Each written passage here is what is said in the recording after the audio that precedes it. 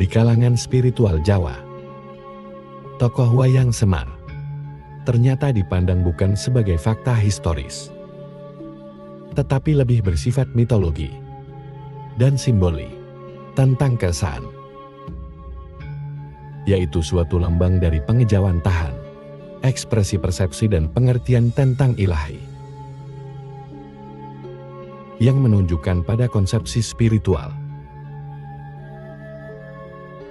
Pengertian ini tidak lain hanyalah suatu bukti yang kuat bahwa orang Jawa sejak zaman prasejarah adalah religius dan berketuhanan yang Maha Esa. Semar dalam bahasa Jawa disebut Badanaya. Bebada artinya membangun sarana dari dasar. Naye atau Nayaka artinya utusan atau mangrasu. Artinya mengemban sifat membangun dan melaksanakan perintah Tuhan demi kesejahteraan manusia. Semar Haseming, samar-samar. Fenomena harfiah makna kehidupan sang penuntun. Semar tidak lelaki dan bukan perempuan. Tangan kanannya ke atas dan tangan kirinya ke belakang. Maknanya sebagai pribadi, tokoh Semar hendak mengatakan simbol Sang Maha Tunggal. Sedang tangan kirinya bermakna berserah, total dan mutlak, serta sekaligus simbol keilmuan yang netral, namun simpatik. Domisili Semar adalah sebagai lurah, Karang Kedempel, Karang Gersang. Dempel artinya keteguhan jiwa. Rambut Semar kunjung. Dalam bahasa Jawa disebut Jarwadasa. Maknanya hendak mengatakan akuning sang kunjung. Sebagai kepribadian pelayan. Semar sebagai pelayan mengejawantah melayani umat, tanpa pamrih untuk melaksanakan ibadah amaliyah, sesuai dengan sabda ilahi. Semar berjalan menghadap ke atas. Maknanya dalam perjalanan anak manusia, perwujudannya ia memberikan teladan, agar selalu memandang ke atas, yang Maha Pengasih serta penyayang umat. Kain Semar Parangku Sun Air Ruijil, perwujudan Dewonggowanta, untuk menuntun manusia agar memayu Hayuning Bawono, mengadakan keadilan dan kebenaran di bumi. Ciri-ciri sosok Semar adalah Semar berkunjung seperti anak-anak, namun juga berwajah sangat tua. Semar tertawanya selalu diakhiri nada tangisan. Semar berwajah menangis, namun mulutnya tertawa. Semar berprofil berdiri sekaligus jongkok.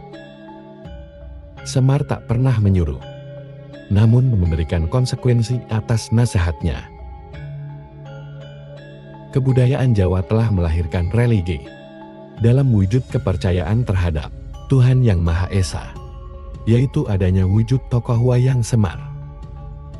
Jauh sebelum masuknya kebudayaan Hindu, Buddha dan Islam di tanah Jawa. Dari tokoh Semar Wayang ini akan dapat dikupas, dimengerti dan dihayati sampai di mana wujud religi yang telah dilahirkan oleh kebudayaan Jawa. Gambar tokoh Semar nampaknya merupakan simbol, pengertian atau konsepsi dari aspek sifat ilahi, yang kalau dibaca bunyinya katanya berbunyi, Semar berlambang ilmu gaib atau kesempurna in Pati. Merdekanya jiwa dan sukma. Maksudnya dalam keadaan tidak dijajah oleh hawa nafsu dan keduniawian, agar dalam menuju kematian sempurna, tak ternodai oleh dosa. Manusia Jawa yang sejati dalam membersihkan jiwa, dalam menguji budi pekerti secara sungguh-sungguh, akan dapat mengendalikan dan mengarahkan hawa nafsu menjadi sesuatu kekuatan menuju kesempurnaan hidup. Filsafat Honojorogo dalam lakon Semar Babar Jati Diri. Dalam Etika Jawa disebutkan bahwa Semar dalam pewayangan adalah Kunokawan, abdi pamomong yang paling dicintai. Apabila muncul di depan layar, ia disambut oleh gelombang simpati para penonton. Seakan-akan para penonton merasa berada di bawah pengayomannya.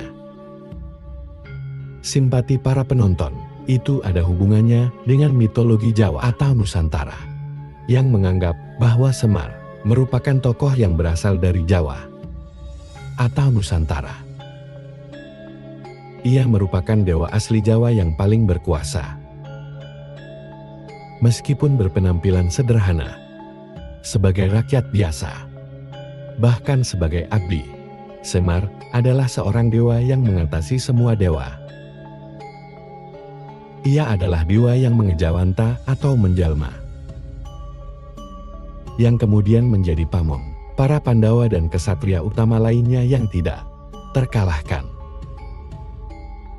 Oleh karena para Pandawa merupakan nenek moyang raja-raja Jawa, Semar diyakini sebagai pamong dan danyang Pulau Jawa dan seluruh dunia. Ia merupakan pribadi yang bernilai paling bijaksana berkat sikap batinnya, dan bukan karena sikap lahir dan keterdidikannya. Ia merupakan pamong yang sepi, eng pamrihran, tenggawe sapi akan maksud, rajin dalam bekerja dan memayu, hayu neng bawono. Dari segi etimologi, bahwa Semar berasal dari Sar, yang berarti sinar atau cahaya. Jadi Semar berarti suatu yang memancarkan cahaya, atau dewa cahaya, sehingga ia disebut juga Nur Cahaya, atau Nurasa, yang ada dalam dirinya, terdapat atau bersemayam. Semar yang memiliki rupa dan bentuk yang samar, tetapi mempunyai segala kelebihan yang telah disebutkan, merupakan simbol yang bersifat ilahiyah. Sifat ilahiyah itu ditunjukkan pula dengan sebutan Badranaya, yang berarti pimpinan rahmani, yakni pimpinan yang penuh dengan belas kasih. Semar juga dapat dijadikan simbol rasa healing, rasa ingat yakni ingat kepada Yang Maha Pencipta, dan segala ciptaannya yang berupa alam semesta. Oleh karena itu, sifat ilahiyah itu pula, Semar dijadikan simbol aliran kebatinan, Sabto Darmo, berkenaan dengan mitologi yang merefleksikan segala kelebihan dan sifat ilahiyah pada pribadi Semar. Maka timbul gagasan agar dalam pementasan wayang disuguhkan lakon Semar membabar jati diri. Tujuannya agar para dalang menyukseskan program dalam pembangunan manusia seutuhnya, termasuk pembudayaan. Semar membabar jati diri diharapkan agar khalayak mampu memahami dan menghayati kawaruh sangkan paraning dumadi, ilmu asal dan tujuan hidup yang digali dari falsafat aksara Jawa, Hana Caraka. Pemahaman dan penghayatan kawaruh sangkan paraning dumadi yang bersumber filsafat aksara Jawa itu sejalan dengan pemikiran Sunarto Timur, bahwa filsafat Hono Coroko mengandung makna sebagai sumber daya yang dapat memberikan tuntunan dan menjadi panutan ke arah keselamatan hidup. Sumber daya itu dapat disimbolkan dengan Semar yang berpengawak sastra, gentaya wanjana. Bahkan jika mengacu pendapat bahwa aksara Jawa itu diciptakan Semar, maka tepatlah apabila pemahaman dan penghayatan kawaruh sangkan paraning tumati tersebut bersumberkan filsafat Honojorogo. Para pecinta wayang kulit Jawa tentu tak asing lagi dengan tokoh Semar. Setiap pertunjukan tokoh ini selalu hadir. Semar dan anaknya selalu menjadi pelayan atau pembantu kesatria yang baik.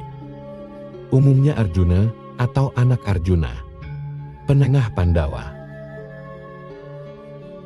Semar adalah sebuah filsafat, baik etik maupun politik. Di balik tokoh hamba para kesatria ini, terdapat pola pikir yang mendasarinya. Tokoh Semar juga disebut Ismaya, yang berasal dari Mani dan Maya. Mani itu Batara Guru, Maya itu Semar. Batara Guru menguasai kahyangan para dewa dan manusia, sedangkan Semar menguasai bumi dan manusia. Mani dan Maya lahir dari sebuah wujud sejenis telur yang muncul bersama suara genta di tengah-tengah kekosongan mutlak, Surung Awang Wung.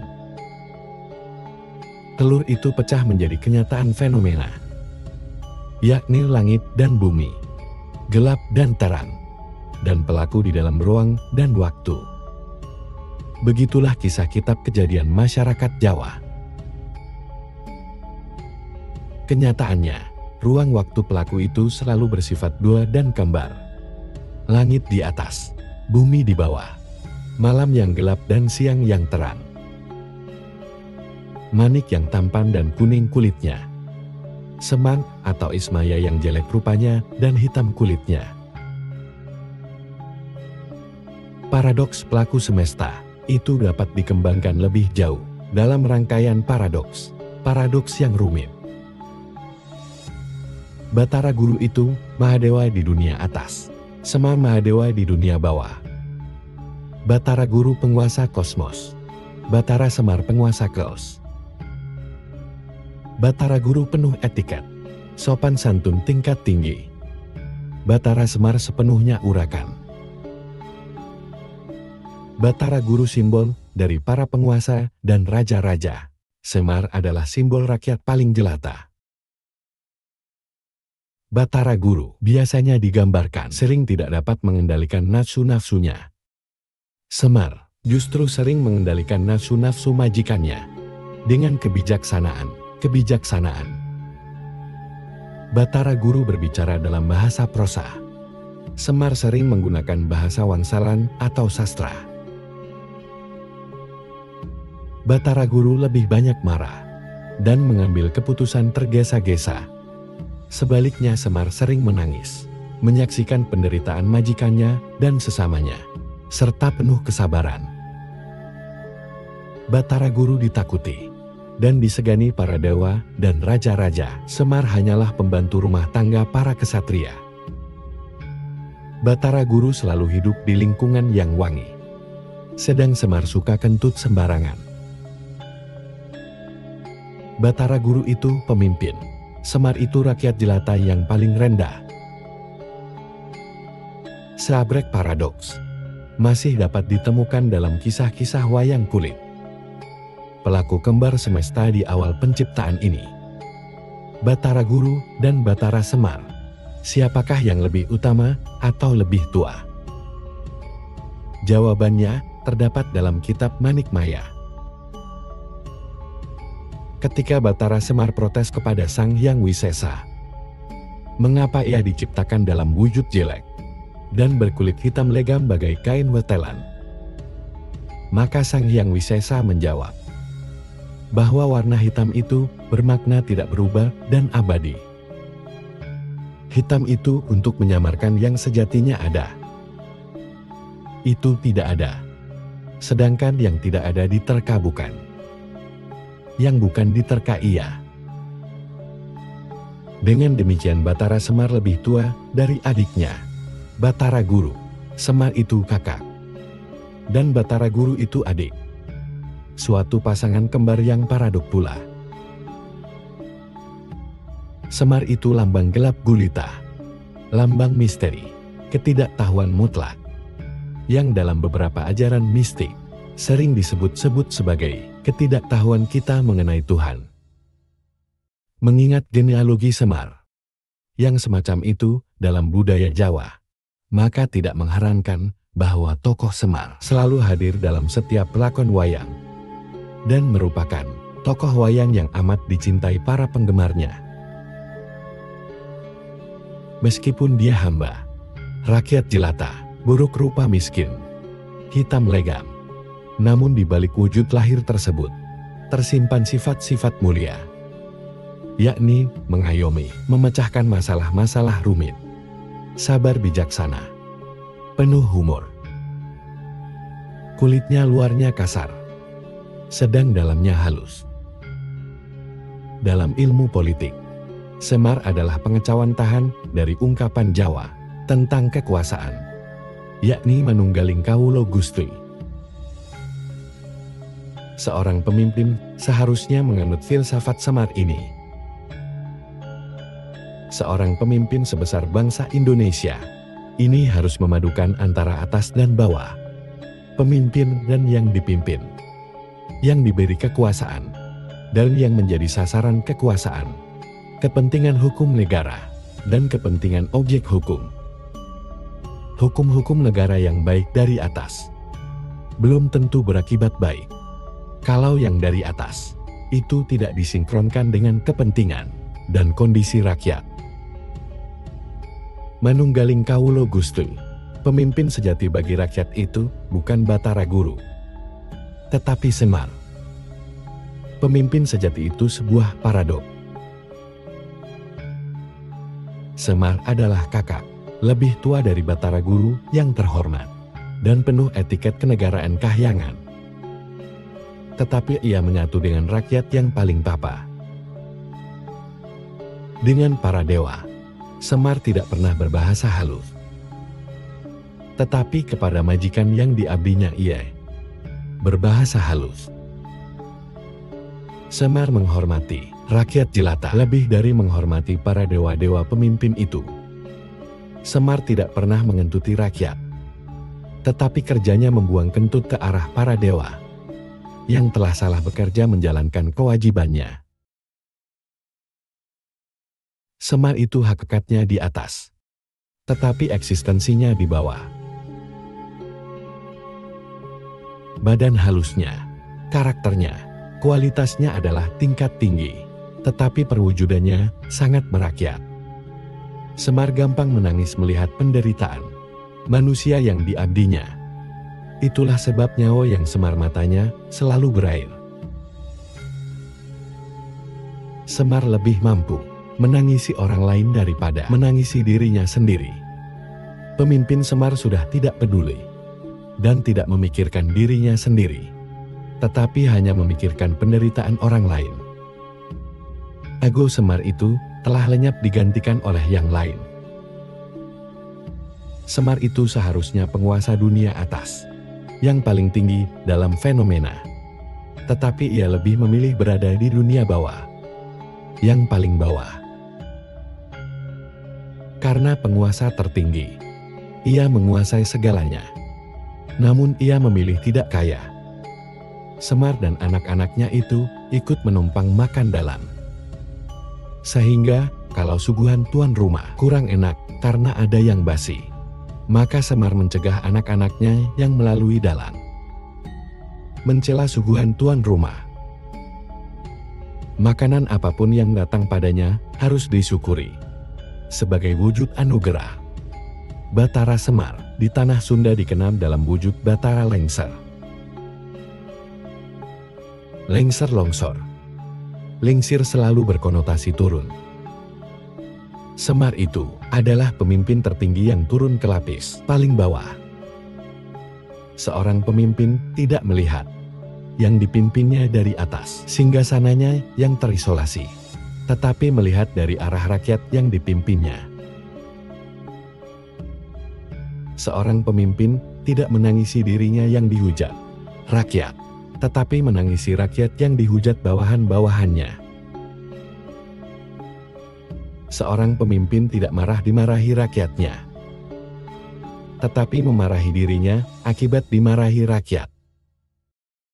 Pemimpin sejati itu menurut filsafat Semar adalah sebuah paradok. Seorang pemimpin itu majikan sekaligus pelayan, kaya tetapi tidak terikat kekayaannya.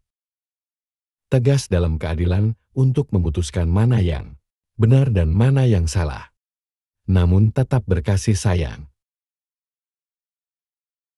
Filsafat parado kepemimpinan ini sebenarnya bersumber dari kitab Hastabrata atau 8 ajaran dewa. Dewa kekayaan berseberangan dengan dewa kedermawanan. Yang bermakna seorang pemimpin harus mengusahakan dirinya agar kaya raya. Tetapi kekayaan itu bukan buat dirinya, tetapi buat rakyat yang dipimpinnya. Pemimpin Indonesia sekarang ini selayaknya seorang entrepreneur juga, yang lihai menggali kekayaan buat negara. Dewa keadilan berseberangan dengan watak dewa kasih sayang. Seorang pemimpin harus membela kebenaran, keadilan, tetapi juga mempertimbangkan rasa keadilannya dengan kasih sayang untuk memelihara kehidupan. Dewa api atau keberanian itu berseberangan dengan dewa laut atau dewa air, yakni keberaniannya bertindak melindungi rakyatnya, didasari oleh pertimbangan, perhitungan, dan kebijaksanaan yang dingin rasional. Dewa maut berseberangan dengan watak dewa angin. Menumpas kejahatan dalam negara itu harus dipadukan dengan ketelitiannya dalam mengumpulkan detail-detail data bagai angin yang mampu memasuki ruang manapun.